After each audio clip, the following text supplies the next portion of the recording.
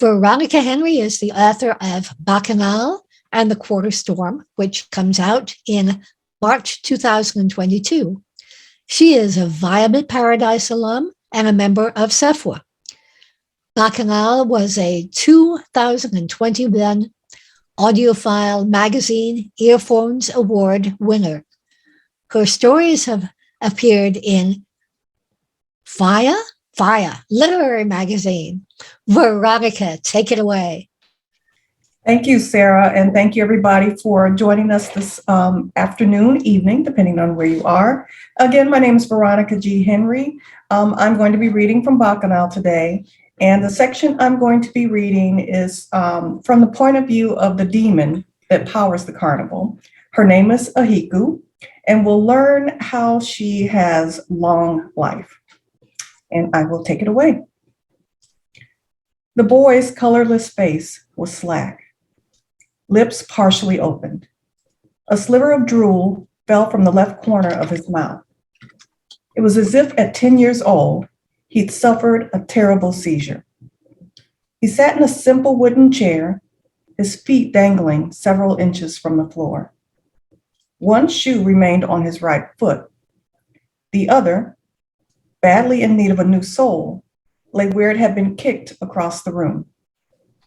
The child was dressed in the rough navy blue slacks and dingy white shirt of a poor farmer's son.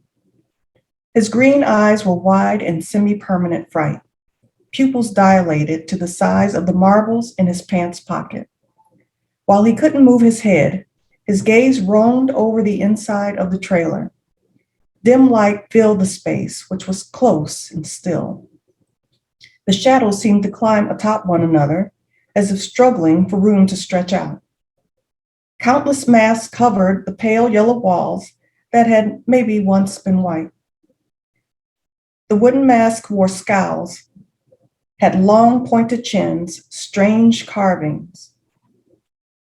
Others looked like they were made from plaster, painted in bright colors, freckled sparkles, blank holes for eyes. Ahiku swayed to the thrum of spirited African drums. There may as well have been a man pounding out the rhythm right there behind her and her prey. The boy probably wondered where the music came from. There was certainly no man and no phonograph either. He looked longingly at the windows on the other side of the trailer, and Ahiku could imagine him picturing a daring escape. No matter, though, he was hers. There was a thick curtain at the back of the trailer, behind which she disappeared. She hissed at the old woman bound in the corner. She'd deal with her later. And when she reemerged, she was wearing her smile. The boy had a panicked stink about him, something sweet, trying hard to cover the smell of a feral dog. Ahiku had been told she had the natural iridescence like the coat of a most beautiful raven. Her dress, a cross between a gypsy's and an African queen's, all bright colors and flashy jewelry.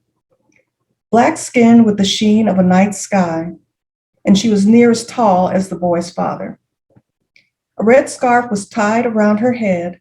Several long, kinky braids trailed down her back. She smiled, flashing a glimpse of perfect milk-white teeth. She was visible only to her prey. The lure, a secret carnival attraction that only the most special kids could see.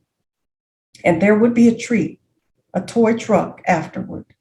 No, he shouldn't bother his parents. She'd have him back home before they even noticed he was gone. He put his hand with dirty fingers and rough skin in hers and followed her. She imagined his mother came outside later and wondered aloud, where did Toby wander off to? As the door to the trailer had closed and bolted behind him, he'd spun, pounded Ahiku with his little fists and clawed. But she easily lifted him, plopping him in a wooden chair in the middle of the trailer and binding him with one of her complicated hand gestures. Ahiku sang in her language, her voice like silk thread lining a rough sweater. With more odd movements of her hands, she began to weave something into existence from the air, a shimmer that was there and then gone. The shimmer coalesced and took on the colors of the room. Ahiku blew a breath of cinnamon and spice before her head, her neck, and the rest of her body dissolved into a trail of dark smoke easing toward Toby. Sweat rolled down Toby's frightened yet determined face as he struggled to move, to run. But Ahiku held him as if an invisible rope bound him to the chair. Her misty essence floated toward him and oozed into his nostrils. And his soul, escorted by Ahiku's deathly presence, rose up and out. His gaze lifted from where he sat in the chair to the wispy version of himself, and he twirled to look down on his own former body in horror. The wisp of Toby attempted to flee through a window, but Ahiku only raised an elegant hand toward his fleeing soul. Toby's soul twisted and writhed until he tired, and soon he wedged himself in among the other small, scared souls now existing only within her. Ahiku looked at the small, lifeless body, inhaled a satisfied gulp of cinnamon spice air, and burped as if she had consumed the most sumptuous meal of her life. Ahiku turned her attention to her second victim. Her right hand wove a pattern that lifted the old woman and dropped her into the center of the trailer. Though the woman was gray-haired, her form bent, strength rippled from her. No match for a centuries-old demon, but her spirit was no ordinary one. And it may as well have provided a roadmap. As soon as they rolled into town, the witch's presence had pulsed, and Ahiku had hurried Zenza and Ife off to capture her, their Dahomey countrywoman.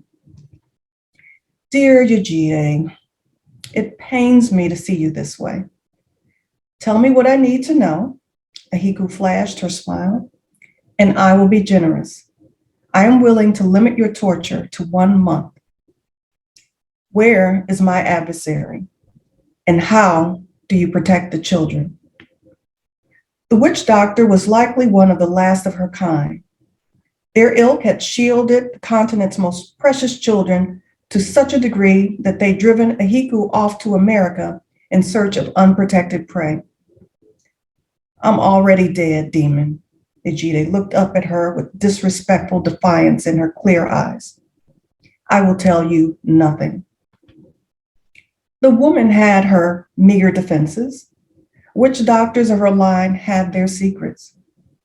But the end came much sooner than Ahiku had hoped, and the meddling witch died without giving up a sliver of information or crying out even once.